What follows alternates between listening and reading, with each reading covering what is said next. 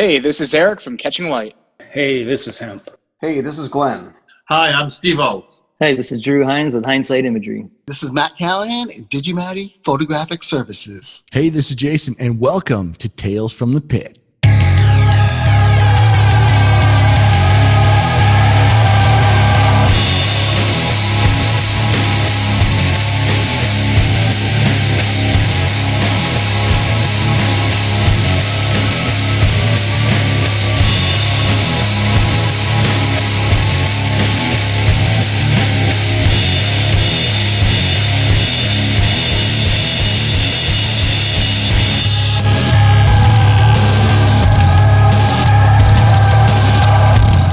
Hello and welcome to Tales from the Pit, the behind the lens access for concerts and photography. Today we have a very special guest, tour manager for Breaking Benjamin and several other bands, Jeromy Jerome. Jeromy, welcome to the show. Thanks for coming. Thanks for having me. So we like to get started with sort of like a little bit of a background on you and how you got involved in the industry, maybe music background or whatever it is. Can you give us sort of a background of how you got started? Yeah, I've literally, I don't know, I took an interest on the music industry at probably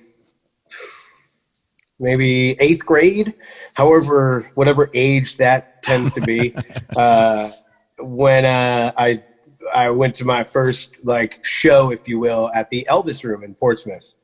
And I don't know, I just was infatuated with like just what was happening, and you know, and I carried that on throughout school. In high school, I would rent out the teen centers, and I'd bring in a PA, and I'd have all the local bands, you know, come and play shows. I think there was a band called DCM who was like the local band at the time, you know, I was just always infatuated with putting on shows, and it carried me through high school. I did a bunch of different, you know, I did a cancer charity event in, I want to say sophomore year in high school. And, you know, we didn't, you know, save the world or anything, but, you know, we generated some money, and, you know, the school started to take notice that I was interested in doing things. So they started putting events, you know, in my hands. And, you know, that literally, I think, is what carried me through high school. And then after high school, I just kept doing that, and, you know, bars opened like the Brick House in Dover. And so I kind of was like, hey, what can I do to put on a show here? And one thing led to another. I started meeting bands. Next thing you know, I was, you know, a buddy of mine was, actually, he's done a bunch of work down there. Jim Rose was like, you know, I was like, hey man, if you ever hear of anything, let me know. And he was like, one day was like, hey, you want to do this tour? And I was like, yes. And the next thing you know, I was booking tour buses, and, you know, I had no clue what I was doing. And Jim was just like, man, just do everything you do backwards. Just, you know, just, you're not the promoter now. Now you're getting paid. You're not paying. And I was like, oh, all right, we'll figure this out. And, man, I remember I flew in on my first tour, and the guitar tech flew out of the same airport. And I was like, you know, trying to figure out what my job was. And I was like, so what's one thing I can do for you to make your day easier? And he was like, you know, just make sure when I wake up, there's a day sheet there. And I was like, cool. Google day sheet. What is a day sheet? And you know, it was very interesting and exciting. And kind of from that moment forward, I took job after job, and I just did everything I could do to just stay out there and, you know, and meet people, and, you know, be nice to people, and, you know, hope for the best. And here we are, like 15 years later, and I'm still plugging away. Minus, you know, right now, since there's no shows, but, you know, it's been interesting. So yeah, that's really kind of how it started. You know, I was in a couple bands and stuff, but really my heart was in, you know, putting on shows and making the things happen more so than going to the studio and, you know, writing music. You know, I was I was just really always interested in just trying to, you know, be involved in the workings of the show itself, not so much the band. That's awesome. So let's go back and sort of unpack a few of those things. So for those watching or for those listening, we're all sort of from the same area, yourself as well. So I'm actually in Maine, but everyone else is in New Hampshire, and you grew up in New Hampshire. Is that correct? Actually, I grew up, and you know, for you guys who probably know the area, but I technically grew up in South Berwick, Maine, which is right on that border. Okay. Yes. So and so it was always like, I don't know, New Hampshire, Maine-ish. I'm on the border. So yeah, that was kind of the stomping grounds, was, you know, Southern Maine and New Hampshire. Yep. That's awesome. Yeah.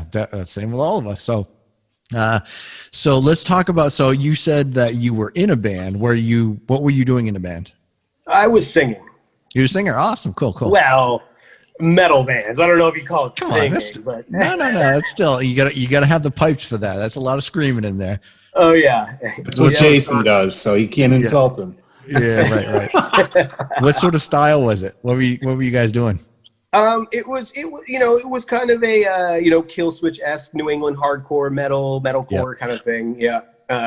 It was the name of the band was Boring Kind of Guy. And our whole thing was we were not boring. What's that? Yeah.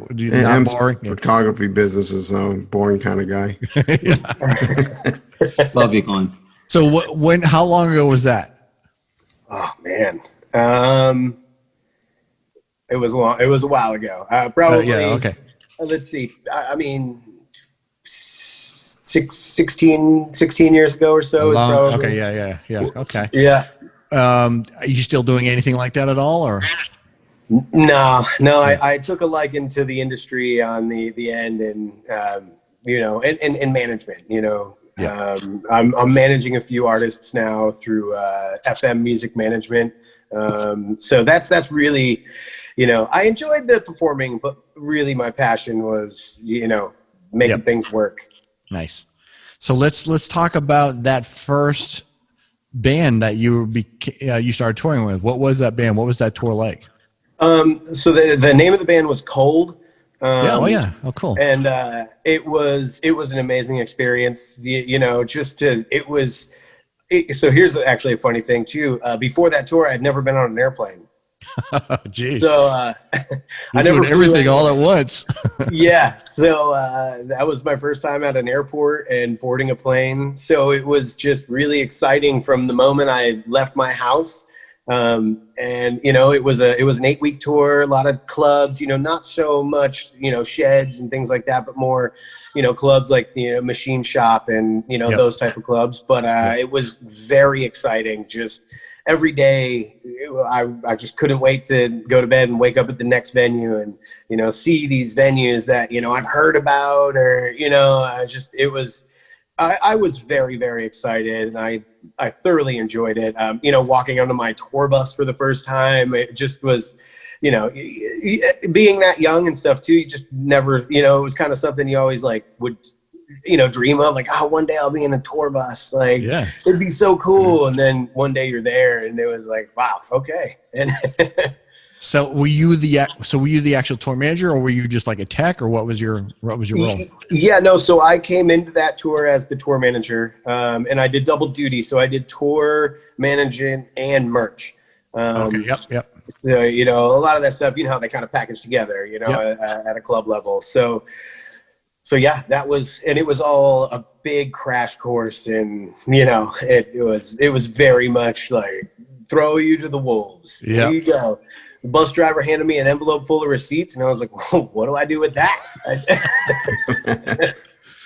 Google it. Trial and error. That's awesome. Now, did you know anyone else on that tour other than that one person, or? No, I flew into Jacksonville, Florida, landed, and I didn't know a single person. Holy cow. Yeah. Jim was always a phone call away, and anytime I needed anything, didn't matter what time of day or time of night or morning, he would always pick up that phone call, and he really held my hand through that tour and helped me out a lot. Well, I got to say, for them to take on someone who's a greenhorn or whatever you want to call it at that stage, you obviously had a lot of ability that, say, Jim was really, aware of. So he's like, I'm sure there's no doubt you could do it, but man, that's a lot of faith in you at jumping in there like that too. Yeah, I definitely kind of built a relationship with him. Going back to the band, and how I was always interested in those inner workings. I had no clue, about booking agents and things like that. So I literally started cold calling bars all the way down the East Coast, and just took any bar that would let my band play. I'd make us drive there, and I'd try to tie it up together. So, it was just one thing after another. I just continuously kept trying to figure out how to make a tour. And, eventually we did multiple tours. We'd go down to like Cocoa Beach in Tampa and then work our way back up. And that was that was kind of my crash course on that. And Jim was like, well, if you can do that, you can do this. Yeah. And what'd you say? That was 8 weeks? The cold tour was 8 weeks. Yeah. 8 weeks. Yeah. And was that because they had the big hit, was that right after that big hit, or what was the time frame for that? The time frame for that tour was actually they had the big hit, then they kind of went away for a little bit, and they started coming back with an album called Super Fiction. Yep. And right before that album came out, Super Fiction was actually the first album that I opened up and saw my name in it under the thank you. So I was like, whoa! You made it. Yeah, totally. Yeah. Oh yeah, that was it. That's awesome. Yeah. So what were you guys just thought we want to learn about the touring industry, because we are a venue photographer. So we have one side of a perspective of the actual artists and their crew. And, having this show actually gives us a lot more insight to what really happens on the backside and the real nitty gritty on stuff. So that first tour, were you guys like in a tour bus? Was it an RV? What were you guys doing there? On the cold tour? Yeah. We were in a bus. Oh, cool. Yeah. It was. Now, very quickly after that cold tour, I found myself in a van and trailer. Did you? And I spent years in that van and trailer. Wow, really? Okay, so one of the questions I tend to ask everyone is, what was it like sleeping on that bus for the first time? All right, so this is actually kind of funny. I got in my bunk, and the guitar tech was like, hey, man, you don't sleep in a bunk like that. And I was like, what? And I was like, it feels more natural if the bus is moving, going straight down the road, and if my head's towards that. Yeah. Hold on. Yeah, hold on. So he was like, no, dude, you got to turn around. Your feet have to go, or you'll probably die if we get into an accident. And I was like, what? I don't get it. He's like, your neck will break. And I was like, all right, cool. I'm going to sleep with my feet down here. Being the low man on the totem pole, they put me in the top bunk, and that's a ride in itself. So, with the top bunk, is there a lot more sway to it and stuff like that? A little bit more movement, and hey, some people love the top bunk. There are people that are top bunk people, and I feel like the best situation is either middle or bottom. Okay. So yeah, I try to avoid the top bunk as much as possible. But at the same time, you don't always get to pick. You know what I mean? There's always some sort of seniority. And you being the new guy, yeah. Yeah. And I don't care where you are in the touring or where you are in your career, there's always that day where you're going to be the new guy. It's inevitable. Yeah. How many guys were on the tour bus with you? On that tour, I mean, we had 10. 10 guys. There was 10 quite people. a bit, yeah. Yeah. I vaguely remember there being 2 junk bunks. And even then I was like, I don't get, what's the junk bunk? What do you mean the junk bunk? And they're like, oh, you put your stuff in there. And I was like, no. Oh, okay.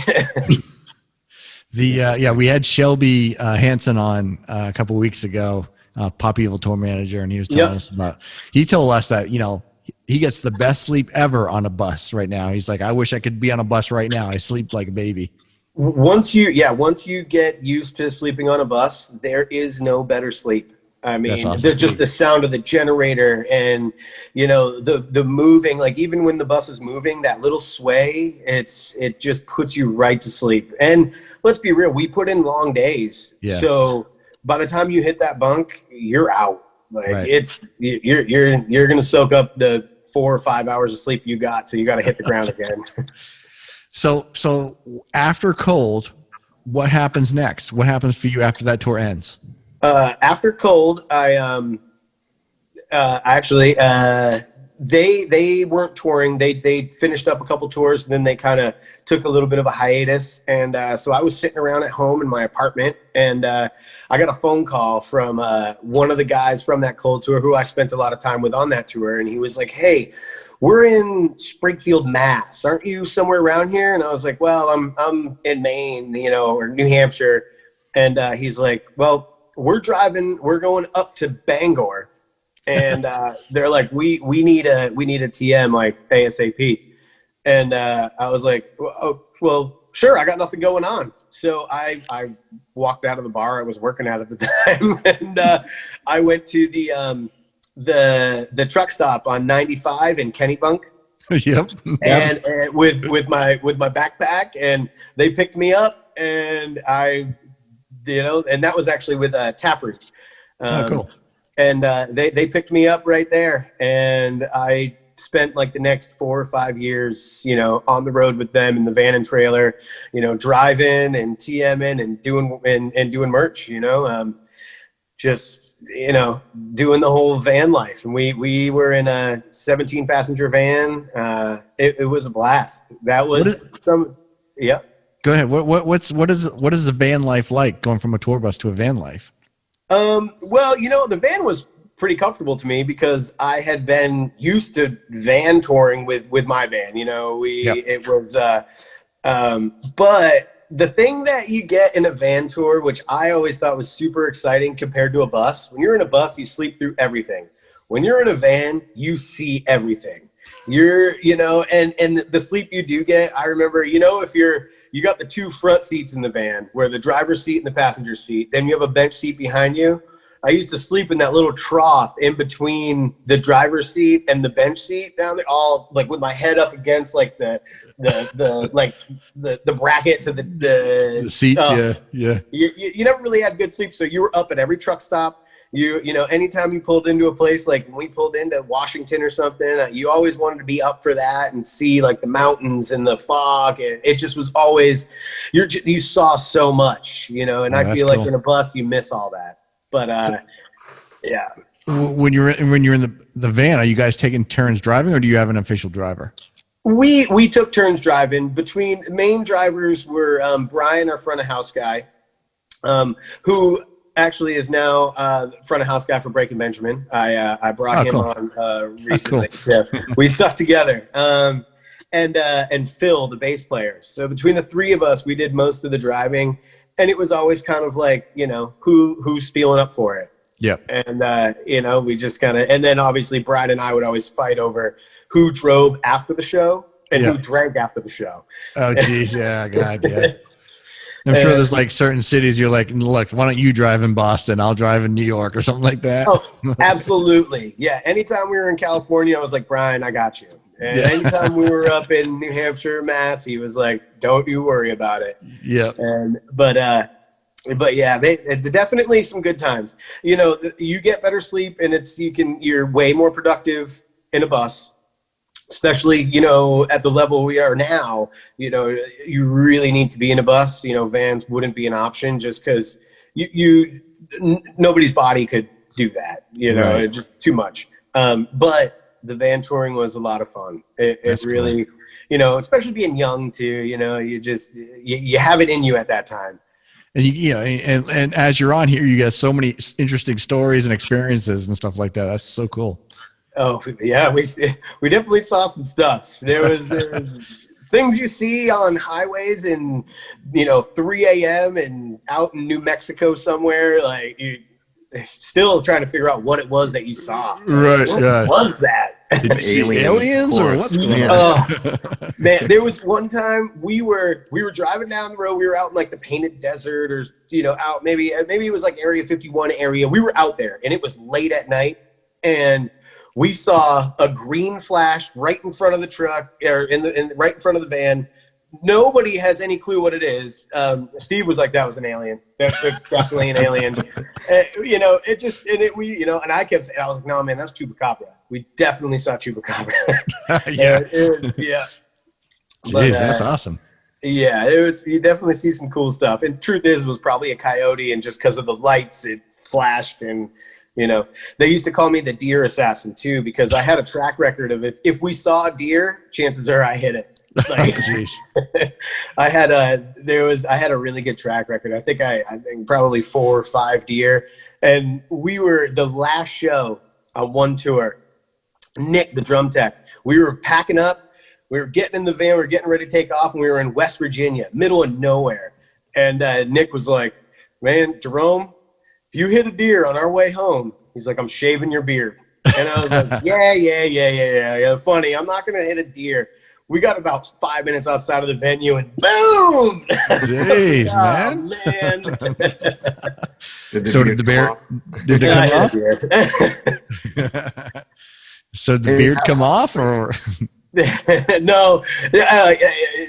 So my beard used to be down here, but. Oh, okay, gotcha. Yeah.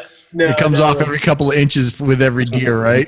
yeah, every deer, and it gets shorter and shorter. Yeah. Well, the funny thing is, you know, meeting you for the first time through this, usually we're meeting people who have beards right now that have never had beards before. So we're not sure if this beard is new due to COVID, or this is your normal look or something like that. Yeah, this beard's new, but it's much shorter than it's been in, I can't remember how long. Nice. Yeah. So what are you doing during COVID? Yeah. What's going on recently? Well, so as soon as COVID hit and touring kind of stopped, you know, a friend of mine put me in touch with a gentleman, Frank, with FM Music Management. And, you know, and I was just interested. I was like, this is going to be the time to try something new. And so I submersed myself in, you know, taking more of an artist management role, and working with some new artists and their company. And it's really been fantastic. It's really fun. It's kept me busy through COVID and helped me keep my mind off everything. 'Cause, you know, it's difficult, everything being shut down. So sat in front of my laptop, my phone, and just, you know, trying to, you know, keep things rolling and just kind of, you know, take this opportunity to learn something new. And, you know, which is still, it's kind of the same, you know, realm of things, but it's, you know, not touring. Right. And, you know, things are changing. I think this COVID stuff's going to cause a severe amount of changes down the road anyway. So you got to kind of adapt and grow. Yep. Oh yeah. And it is. Things are definitely changing. You know, for like meet and greets, for instance. Like, how is that going to work? Right. You know, even if everybody says, "Oh, it's okay," like everything's fine, you're still going to have those people that are not into it. You know, it's going to be a long time. Yeah. Even with the vaccine, you know, whenever that comes, you know, people are still going to have a certain amount of, you know, fear. Yeah. You know, with it, because, you know, nobody wants to get sick, you know, and it doesn't matter if you're a patron or an artist or a crew person, nobody wants to get sick. Nothing's worse than being sick on the road. So we all are going to have to really look outside the box and kind of change, you know, what the norm was, and kind of adapt. Are you still in communication with the Break and Bend crew about where things are going?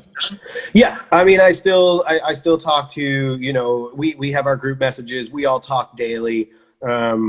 You know, as far as their management team, you know, I try to keep in touch with them as much as possible and kind of get updates and whatnot. But, you know, right now it's tough. Nobody knows. Right. You know, it's hard to really we can all say, oh, well, you know, let's gear for March. Like, let's try to get on it in March, or let's try to get on it in May. But none of us really know. You know what I mean? Right. It's, you know, we all hear rumors of like, well, people are going to start going back to work at this time or that month, but who knows? You know what I mean? And even then, once everybody starts getting back to work, it's not like all of a sudden sold out shows are going to happen overnight. Like, you know, there's going to be a process. Things are going to get put back together. They got to get promoted. Like, it's going to be an interesting process. And we're I mean, hopefully there's a light at the end of the tunnel, you know, but at the same time, I still think we're probably a ways out before things really come back, you know? Right.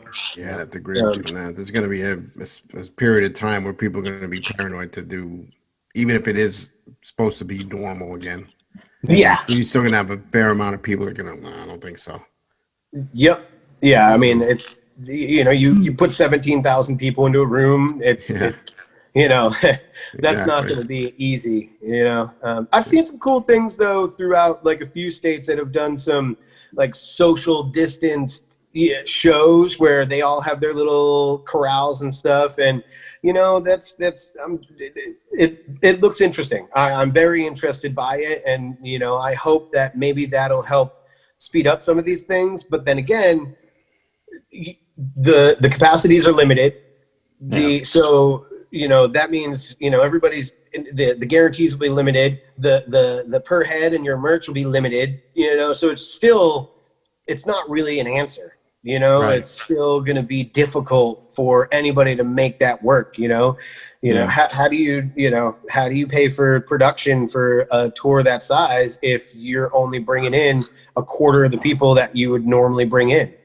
Right. I'm shooting right now out in Swansea, driving concerts, and same thing. They've got their corrals and their car, and it's like 480 cars max. So with 5 people. Yeah. Next week we're all supposed to be shooting the Smith Myers show out there as well. They're doing the drive-in stuff as well. Oh yeah, awesome. Well, I think that's great. It's a pretty good event, and I think actually. Smith and Myers is a perfect example. Like, you know, they can do that. You know what I mean? Right. It works. It's, you know, it's. I think it's awesome. You know, I like to see people get proactive. You know, Sully and Aaron have that show going on right now, which I've heard very positive things about. And, you know, so that's to me is all good news. You know, it means that, you know, this can happen. So, and even for people that love music, you know, it's tough to not be able to go and do like a lot of these people that go to concerts, like they live for that. That is that's what they love, you know? So it's even for them, it's just such a bummer, you know, because it's not the same watching it on your laptop, you know, totally. You know, with, you know, in a sound studio or something. It's just not the same as being front row and, you know, when the pyro goes off to feel that wave of heat. Like you can't substitute that. You can only get that in a show, you know, a live rock show. Yep. And having the surround people of roars all around you. I mean, that just hypes you right up. Totally. Oh yeah. I love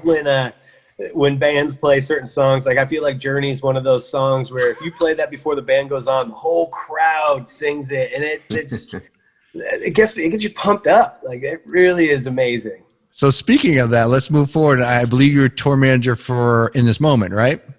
Oh yeah. Well, no. I wasn't tour manager, stage manager. Okay, yeah.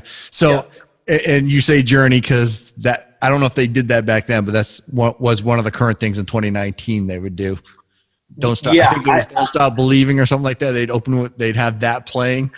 And that was actually, I do remember them at the tail end before I went to Breaking Bed. They had started doing that. They did it a few times, and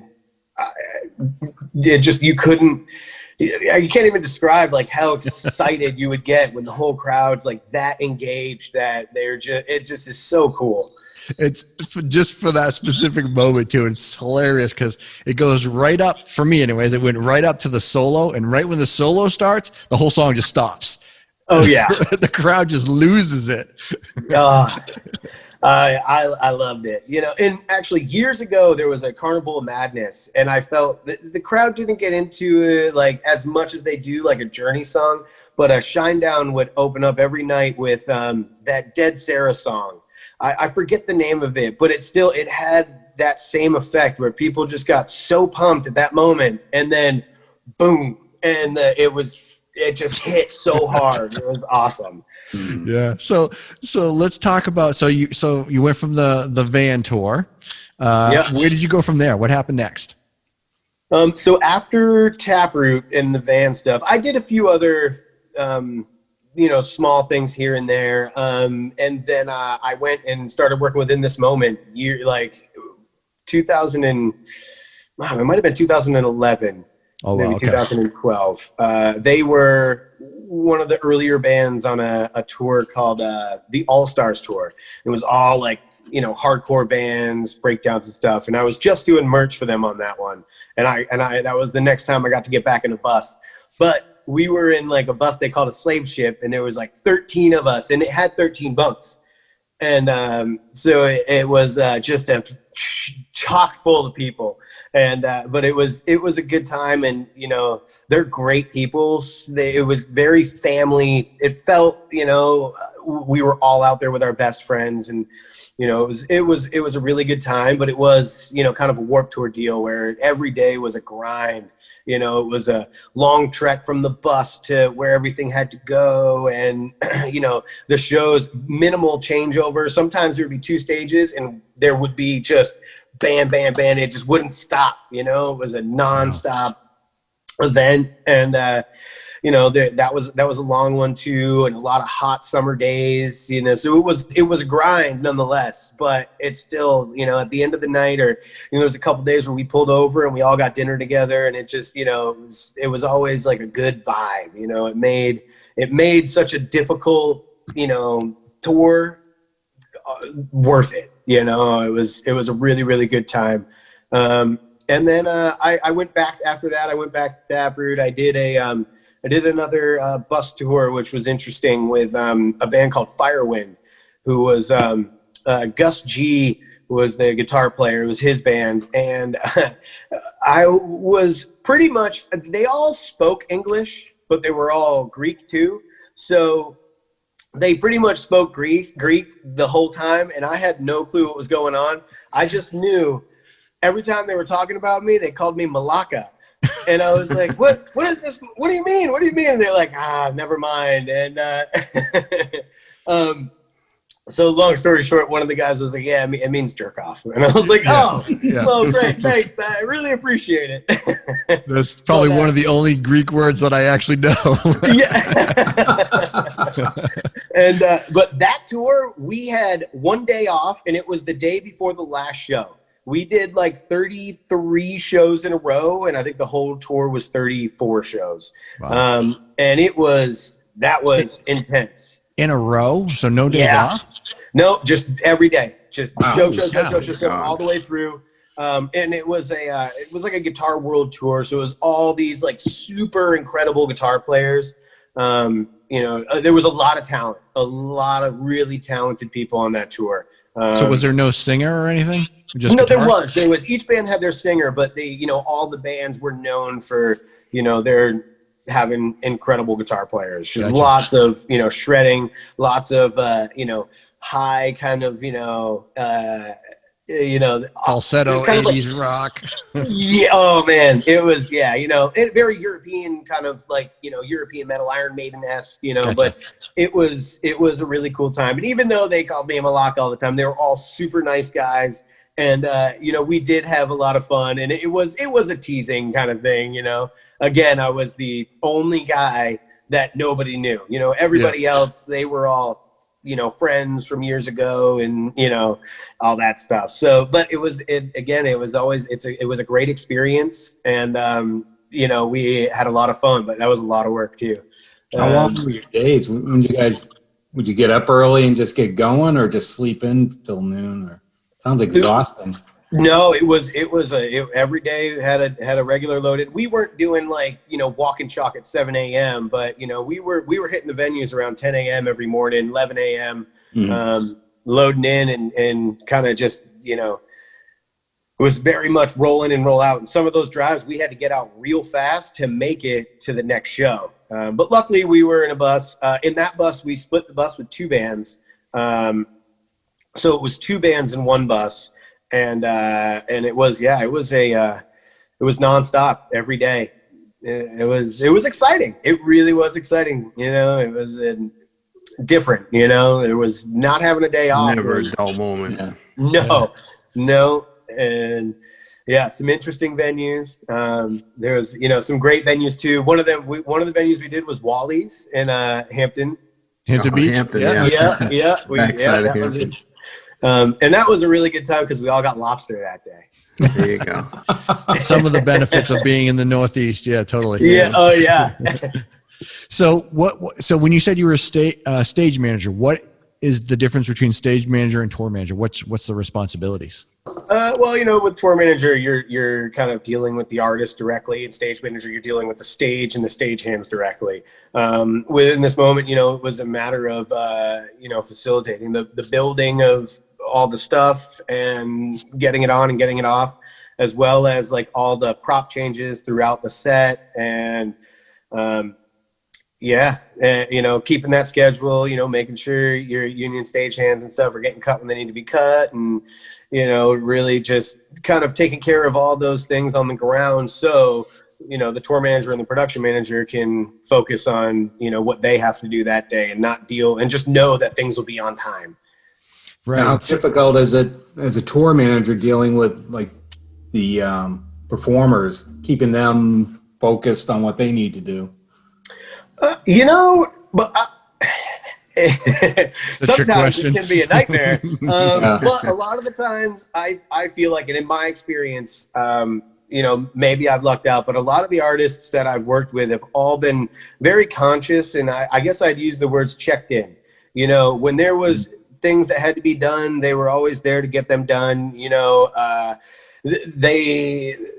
long as we had things set up and ready for them, they would be there. And so in that regards, not that difficult as long as you were prepared for them. You never want to have them be prepared and you not be ready. Right. Give us an example of a really bad day. Oh man. We always hear about the good times, but there's got to be a bad day out there somewhere. I mean, that he can talk about. Okay, Red Rocks. Yeah, that you can talk about. Oh, Red Rocks. Okay, here we go. Red Rocks. Oh, Red Rocks. That's a beautiful place. Yeah, you wake up in the morning, you load everything from your trucks into a flatbed that goes up and down the hill, and you just keep loading that, and then you get to the top of the hill, and you just have this mess of gear that you have to sort out. And you never know when a storm's going to come in, and you got to tear everything down. That's a crazy day. Red Rocks. You don't have direct access to where you're playing. It's like you said, it's a shuttle. Yeah, it's a shuttle. Yeah, Really? For the gear, the trucks can't go up there. It's a super steep hill, so you have to cross load everything, and it's just a long, grueling day. But they make up for it because the catering is phenomenal, and when that sunset and stuff, it's really, really nice, but that's a difficult load. We've had some interesting loads within this moment in Europe too. There was one time we had to cross load from our truck into a van that drove over to a forklift that dropped everything down one at a time down into a venue in like Berlin or something. I think it was in Berlin. Maybe the venue, part of me wants to say the venue is called the Matrix. I'm not totally sure if that's right, but I'll never forget that load in. That was like, wait, you want us to what? We have, all right. I mean, and all you can do is do it. You don't have a choice, right? Yeah. But yeah, and I mean, and then there's always those days where things happen. There was one day where we were on stage, and I want to say we had maybe 2 songs left, and we were in Council Bluffs, Iowa, and then all of a sudden, tornado was coming in, and we had to tear everything down. We had to, and we had that. You guys have seen the big red tent. So all this wind's coming in, and I'm just hanging on to this tent for dear life. Like, Mac, the TM at the time's yelling at me like, don't you let that fabric go. Don't you let that. And I'm like, oh, that was crazy. But we ended up getting back up on stage after that passed, and, played the last song and then packed everything up. But that was an intense day as well. But, those bad days are just days things that you just do not expect happen. They happen. And you just got to be ready for it, and just you just got to act, Right. Every day. Do you have any venues you really want to play at that you haven't been to yet? What's your bucket list? I mean, I've never I have a very weird bucket list. One is I've never done the Grove. I'd love to try the Grove sometime, or the Gorge. I think it's called Gorge, the Gorge. Yeah. And I remember I was probably like 16 years old, and Deftones came out with this like acoustic session in Hawaii, and they played on the beach with like the sunset, and I just thought it was the coolest thing. So I kind of like in my mind always was like, man, it would be super cool one day to do like that show in Hawaii on the beach, you know, even if it wasn't in front of a huge crowd, but it was just kind of like the idea of it was always very exciting to me. Yeah. That's awesome. Go to Maui because I've got family out there, so I'll hook up with you guys. Yeah. Maui's the place Maui. to be. Yeah. Oh yeah. Do you have favorite venues you've been through? I mean, I'm going to be dead serious with you. My favorite venue, hands down, is Meadow Brook. Hell yeah. We get a lot of people Same say with that us. right at the bat. That's Yeah. cool. It is the best venue. The hospitality is great. Even when we, come in with our own catering company, the hospitality is still the best. Everything about the vibe there and just being there is so enjoyable. I mean, there's really, I can't complain about anything there. It's just a really good lobster. time. And you get lobster, and we always hope that the raw bar makes its appearance. That boat is everything to me. And I've had some really cool experiences standing around that boat, meeting people. We were there on that Disturbed tour, and I found myself, we had been on tour for, good solid month. And Was that with Alter Bridge and yes, Saint Antonia. I think I was at that one. Yeah. We had been on tour for a little while, and you kind of get to know people as tour goes on. But that boat, I was standing there having oysters, and Miles from Alter Bridge came over, and that was the first time where we kind of like sat down and had a real conversation. And I'll never forget sitting there eating oysters with Miles and just, really kind of getting to have like just a real conversation. You know what I mean? And we didn't talk about anything other than the fact that, man, I really enjoy these oysters, but it was just a real conversation. It was, and I really enjoyed that. And that's probably one of my fondest memories there. It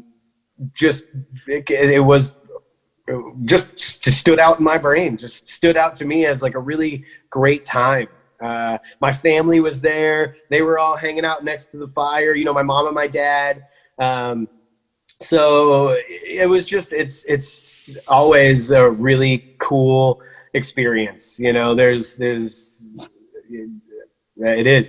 the best. And I was going to ask you if you had your family come up when you guys were in that area, because it's all family friendly back there. Yeah. so. All ages. I mean, Everything. swimming pool, golf, and everything else. So. Yeah, my dad was so my dad's a pool guy.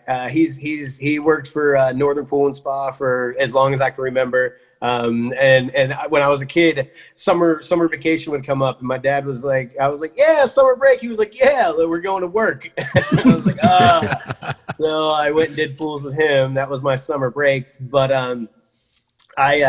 having them up there, he was infatuated with the pool. He hung out at that pool all day long. He didn't even care. He was like, oh yeah, my kid's here, whatever. I want to hang out at the pool. And Kids here, the food's here. I'm good. yeah. Oh yeah.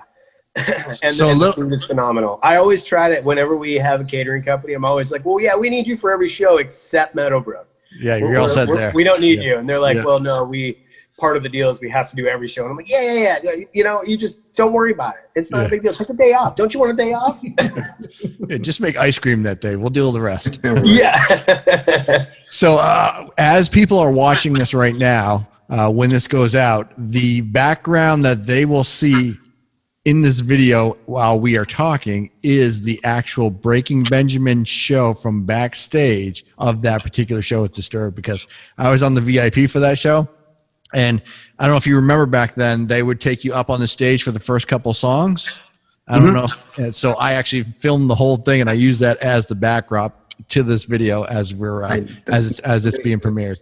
Oh, that's awesome. So if That you're is looking at the flashes of light and everything, that's actually Breaking Benjamin in the background from backstage. Oh man. Yeah. There's they have like a pamphlet too of like I saw, maybe it's on the website or something, and one of the pictures there is our crew guys. There's like Nick Teamy and a couple of other dudes, Brian. They're standing there like, oh, and and they always got such a huge kick out of that. They're like, our picture's on their website, man. It was probably taken by one of us. I don't know. Yeah. It could happen, yeah. It is. It's definitely the highlight of every tour. You see that on the routing, and at that point you are working that tour to get there. So when it comes to stuff like that, does the band like plan days off around that? Some of those shows? Now with a lot of the DOT regulations and stuff, and needing co-drivers and this and that, it makes it very difficult to actually plan a day off there. But yes, every time it's like, how do we get there to have the day off there? The last time we tried, but everything was booked out because the Pentatonics were there. Yeah. And we were like, man, of course. But yeah, that's definitely the first thing. I see that coming up, and we can have a day off there. That's the goal. Like, we got to get the day off there. Yeah. Totally. And you can't beat the lake and just the fresh air. That is the day. You know how many malls and you know what I mean? It's always like a mall or something, or downtown somewhere. It's very rare that you're out in like just the most beautiful amazing nature. Yeah. I mean, it's paradise. It's a paradise Absolutely. of its own. That lake is phenomenal. The water is just so crystal clear and cold. It's comfortable too. Yeah. It is. Temperature wise. Yeah. Oh yeah. Even that's, if I had to choose, and like, we have a show in Arizona in August, and we have a show in New Hampshire in August. Like, yeah, New Hampshire is where I want to go. I don't want to go to Arizona. Yeah, right. So you've talked about touring with In This Moment. What other acts have you toured manager for, or have you worked with? So, honestly, I've had a lot of long term. I spent a long time with Taproot. I spent a long time with In This Moment, and I spent a long time with Breaking Benjamin. I've done a few tours in between with different acts like Firewind that were kind of one-offs, just on my time off. But I really enjoy, working with one artist and kind of devoting all my time to them. Yeah. How did you get involved with Breaking Benjamin? I was on tour with In This Moment. We had a bunch of festivals, and it was right when Breaking Ben came back out. And for some reason, they kept parking our buses next to each other. I got to know a couple of the crew guys. We would help each other out, and you know how it is. You get into those festivals thing, and it's not, in the touring world, it is not an every man for themselves thing. It is, what can we do? It's the big picture. What can we do to get in and out of this place easy so everybody has a good day and we can enjoy the rest of our night? Right. That's really the big thing. So, it was always, trying to help each other out. And then I was off tour, and one of the guys called me and was like, hey man, we could use a hand. What are you up to? And I was like, ooh, let's go. I'm here to be a hand. And then it just, again, and that's the thing. You meet these people and you become friends with them, and then it becomes family. And they're the people you live with. They're your best friends at that time. And I think those friendships too last forever. Yeah. Even though I don't work within this moment now, Chris and I, we're always, chatting, checking in on each other, off tour, everybody's checking in on everybody, make sure everybody's doing good. It's not like we're just friends now because we have to be. It's you become Right. friends, and it's a lot of the times you find real friendships, So yeah, that's really it. And How I long think, Typically on the road. say that again. How long are you typically on the road? I mean, it all depends. Sometimes we'll go out for 3 weeks. Sometimes we'll go out for 8 weeks. This last summer, not COVID Yeah, summer, not this one. the summer before that, our tour was God, with pre-production, I want to say we were out for maybe almost 17 weeks. It was a long run, and we had a good chunk of pre-production to begin with. Just trying to iron everything out and making sure everything was perfect. So, but yeah, that was a really long run. What's the schedule? Is that like 3 on, 1 off, 2 on, 1 off? That particular tour was max 2 on, 1 off, or 1 on, 2 off. There's and depending on travel and everything, that depicts whether or not it's a 1 day or 2 day off versus co-drivers and things like that. But yeah, most of the time it's 2 on would be kind of the max. Sometimes 3 on. Is that based upon how this like singer or something like that? Me being a singer, I couldn't imagine doing like 4 days in a row or something like that. Does that have a factor in it? Yeah, definitely. I definitely think that, not just the singer, but like everybody, you know what I mean? And you're going to hit that stage real hard. And even for the crew, it is a grind. You get to that 3rd or 4th show, that 4th show, that 5th show, you're beat up, you're just, really need a day off. You need to just sleep past 6 a.m., Yeah. All right. So this time off, have you guys been kind of keeping mentally and physically, up to date with yourselves, checking in with each other and trying to keep it together for all this time off? Yeah, we definitely, of course, today with, the whole Eddie Van Halen thing, the group message has been going crazy, and that's it. So yeah, that's but I mean, daily, we all keep in touch, regularly. So when you're a tour manager, I'm probably going to steal this question from him, but when you're a tour manager, from wake up to sleep, what is your schedule? Oof. Hit the ground running.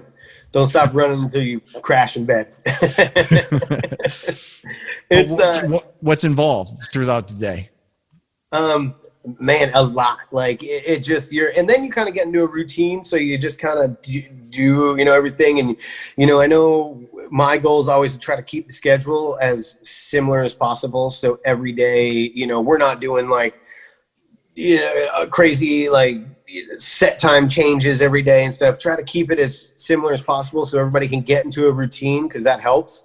But, it starts with, the walk and chalk, getting, all your points, and I guess for the tour manager, necessarily it's not, but me personally, I don't like to ask anybody to be up and working unless I'm up and working, so, load in starts, and I try to have our stuff ready to go, at the tail of the truck. So that comes out first.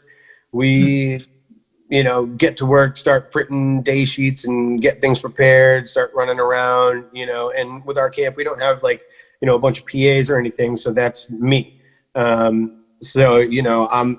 that's what we're doing between, myself and Yoshi.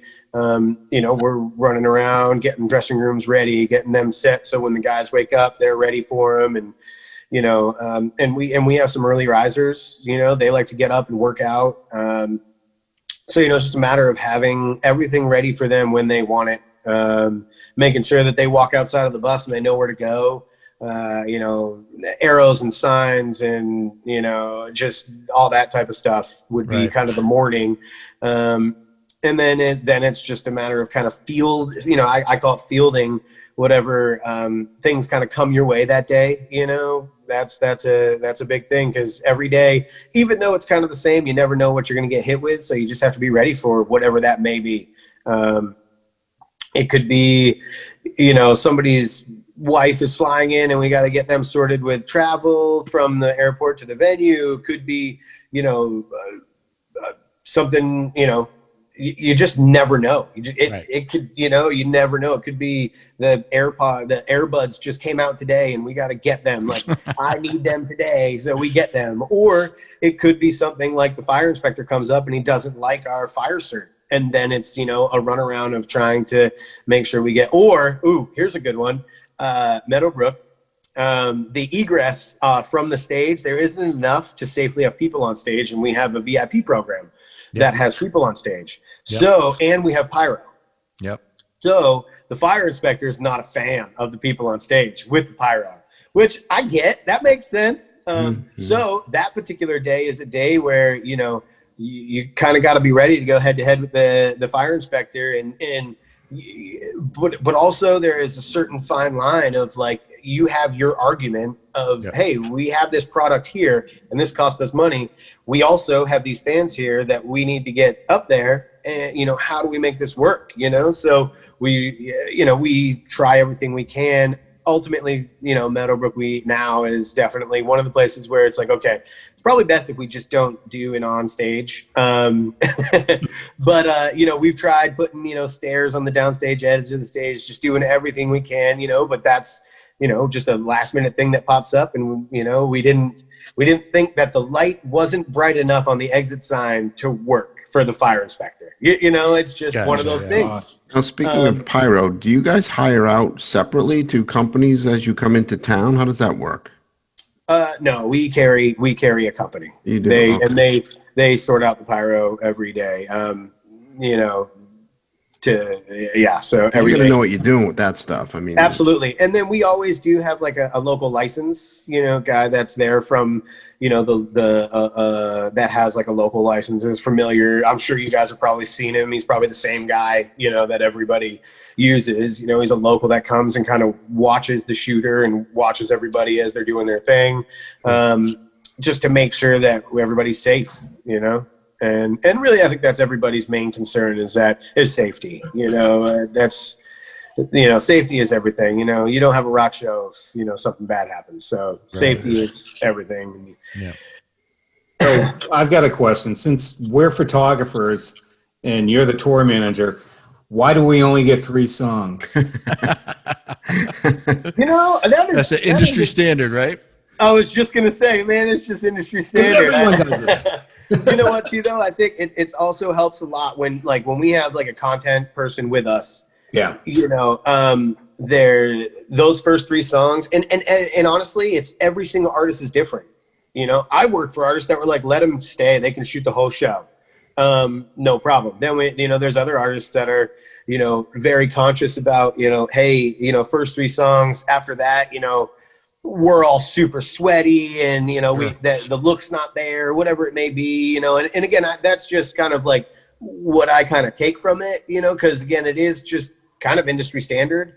But I know, working with a few other content people, that, you know, having the space in the pit to freely move around and do what they need to do is you know, really a huge part of them getting their job done to the quality that is expected.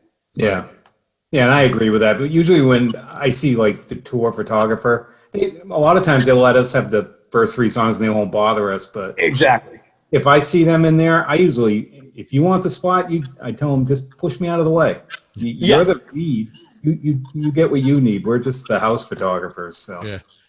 Oh, but yeah, we always bring it up. It's like, why do we only get 3? We want to be backstage. We want to do everything. We get 3 from the pit or from the soundboard, and that's it. So what are some other answers that you've gotten from people about the first 3?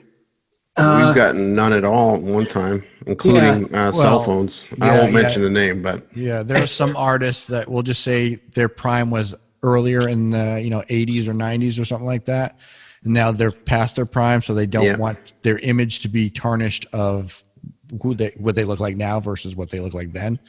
Oh wow! Okay. So we get some of that. The best one was Chicago. They didn't care. He just says, "Just don't make me look old and sweaty." Yeah. That was it. we have some country artists that don't want us up close because it makes them look fatter. Yes. Way back. Yeah, way back. Right. It's generally, Crazy. you know, I think from what my experience so far has been, is usually the younger, newer bands, they want as much publicity as possible, so you can shoot them all day and night if you want. Whereas the seasoned bands, they kind of want to just stick to whatever the protocol is because they have so many moving parts that they don't want to have to deal with another piece on top of it. Yeah. Yeah. And I know too, having like, production in the barricade is another thing, you know, where you've got bands that have confetti and cryo and, Right. you know, all these different moving parts that are inside the barricade. I know that's always, for somebody on the production side of things, I'm always like, oh, God, that's scary. Don't touch that. No, don't lean on that. No. Boom. Yeah. So from a tour manager perspective, from the opposite side, you must get a ton of requests for photography from, you know, magazine, radio, whatever's. What is that like for you? How does that work for you? You know what? A lot of that comes in the way I kind of, you know, a lot of that comes in from management. You know, I get an email that's got a list of who's coming. And then, you know, if there's people that reach out to me, you know, and it's really great quality stuff and they're not on the list, I will reach out to management. You know, I have, and normally management's like, yeah, you know, no problem. As long as, of course, you know, everybody agrees to, you know, the artist owns the material, you know, Sure. at that point. Yeah.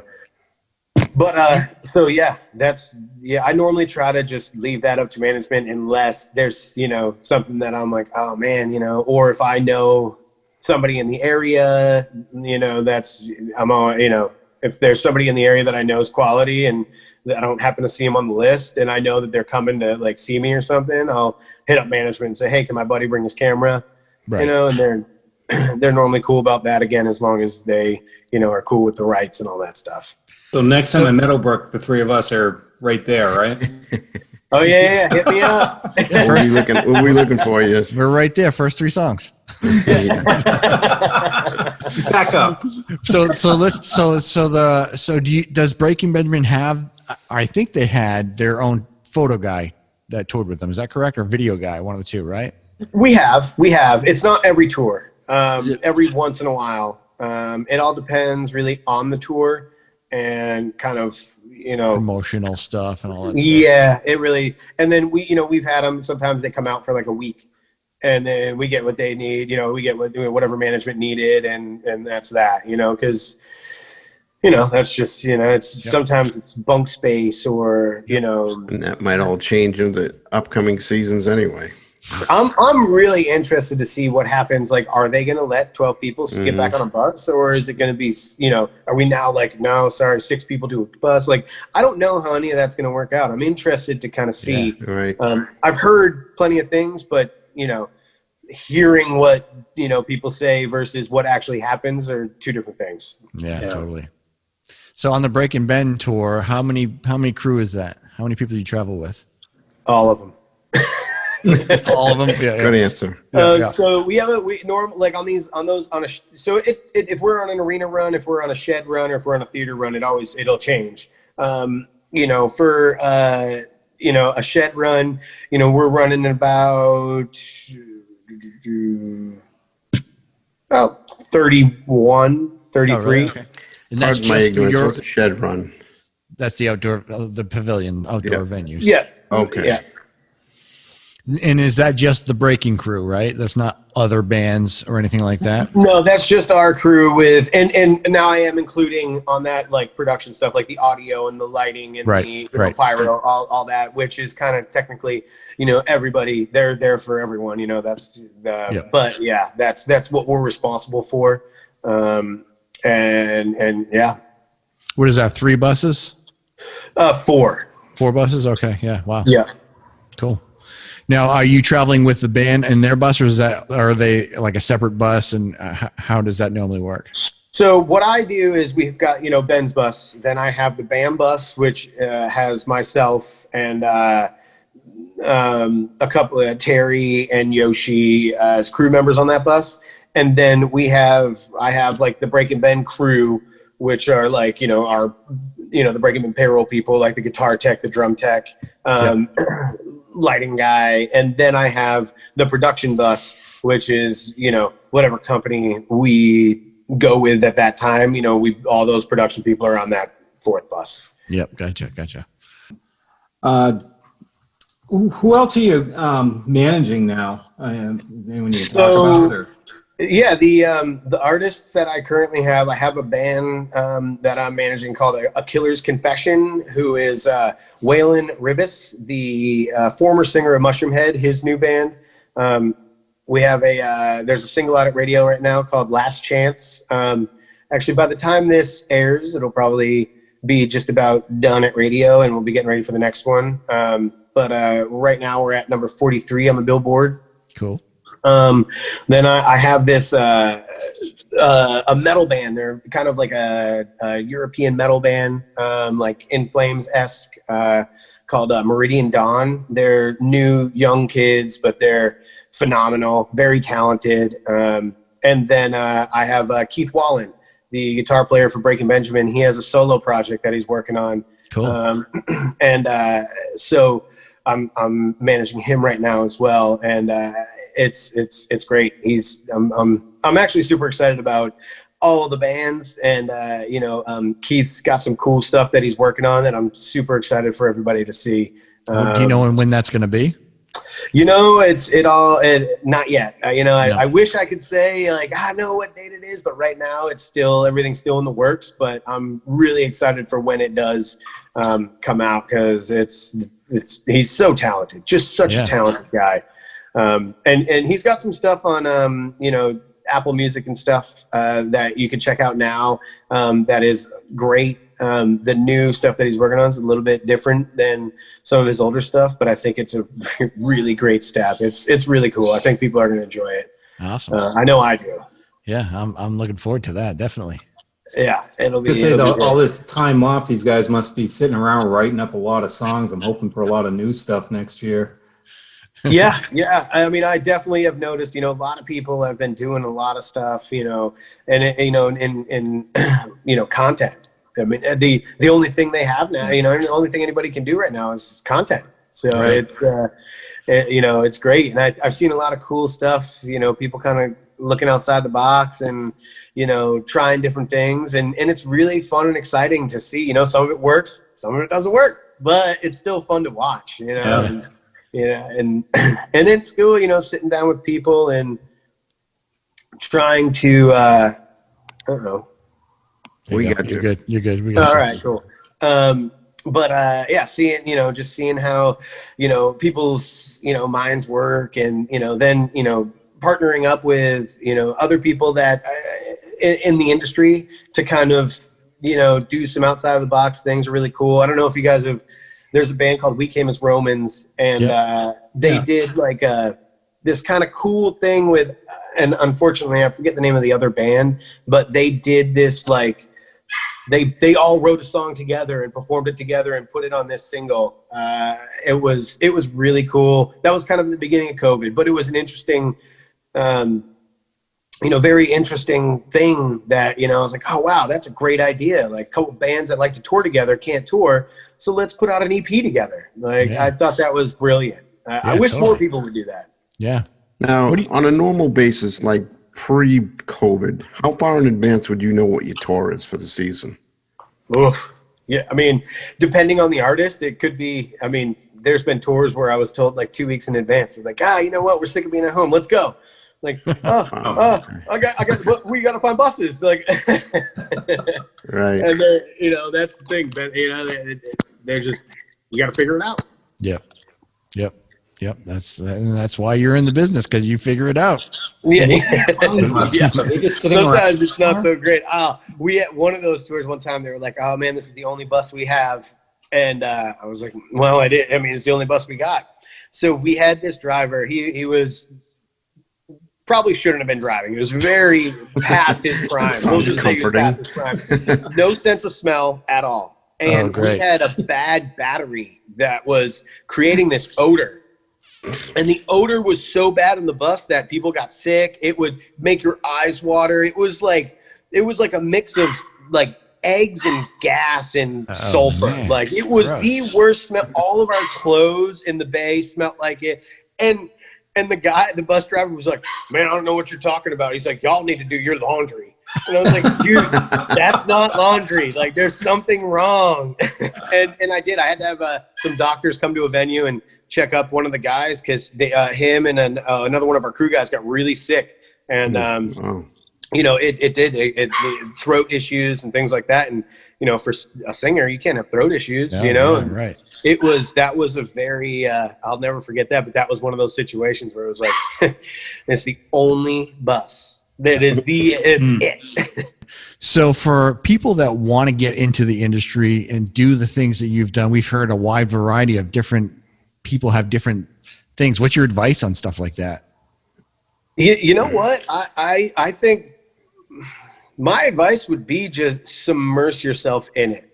You have to just eat it, sleep it, dream it, be it. Like that is you got to network. You can't stop. You know, you have to just keep trying. You got to go out there and network, you know, take the smallest job and, you know, just start from there. Just do everything you can do to, you know, it's not just going to come to you, you know. Right. You got to, and then once you get in there, you've got to learn it all. You know, there's not a lot of like places where you can go and be like, well, I have a degree and I can go and do this. You know, it's no degree will teach you what you have to do on the road, and you just never know what it'll be, and you just have to be ready for anything. Right. You know, That's one like day, anything, even photography is the same thing. You know, if you don't get yourself going into it and surround yourself with good people that know what they're talking about. Yep. You know? So I can relate to that. That is, yeah.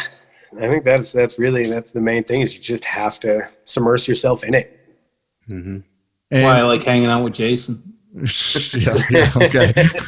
Notice he didn't say me. I don't. yeah. Every now and again we hang. Yeah. So, and I think you said earlier, you know, the biggest thing is you got to be able to work with the team, and it's got to have a family environment too, right? Oh, absolutely. There's a certain percentage of like, you can do your job really well. And then there's another percentage that's you can hang.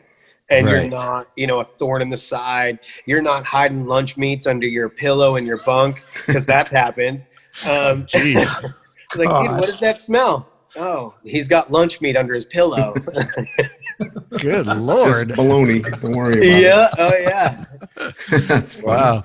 Well, I think that's probably a good place to stop. So if people want to know more about you, where do they go? I don't know. To a Facebook, Breaking Instagram? Benjamin show? And To the show. Yeah, exactly. yeah. You can go to my Instagram on the Beer Chowder and you can see what I eat every day. Nice. Well, we want to thank you very much for spending some time with us and talking with us. This is really cool to actually put, you know, I'm going to have to go back and watch my behind the scenes backstage footage of the Breaking VIP stuff to see if I got you in there. But Oh, yeah. it's nice to actually be able to talk to you in person and stuff like that. And we really appreciate you coming on with us and stuff like that. No, I really appreciate you guys having me on, man. This is a great time. Yeah. Yeah. Thank you very much. Once we get back up and doing shows again, next time you guys come by, we'll have to do like a live, you know, check-in or something like that with you and see how you're doing. Absolutely. I tell you, I can't wait to get back to Meadow Brook. That is Yeah. literally, I cannot wait. Me too, man. Me Us too. too. Hey, thanks for watching this episode with Jeromy Jerome, tour manager for Breaking Benjamin. You can catch a new episode every Thursday night, 7 p.m. Eastern Standard Time on our YouTube channel and on talesfromthepit.net. We'll see you next time.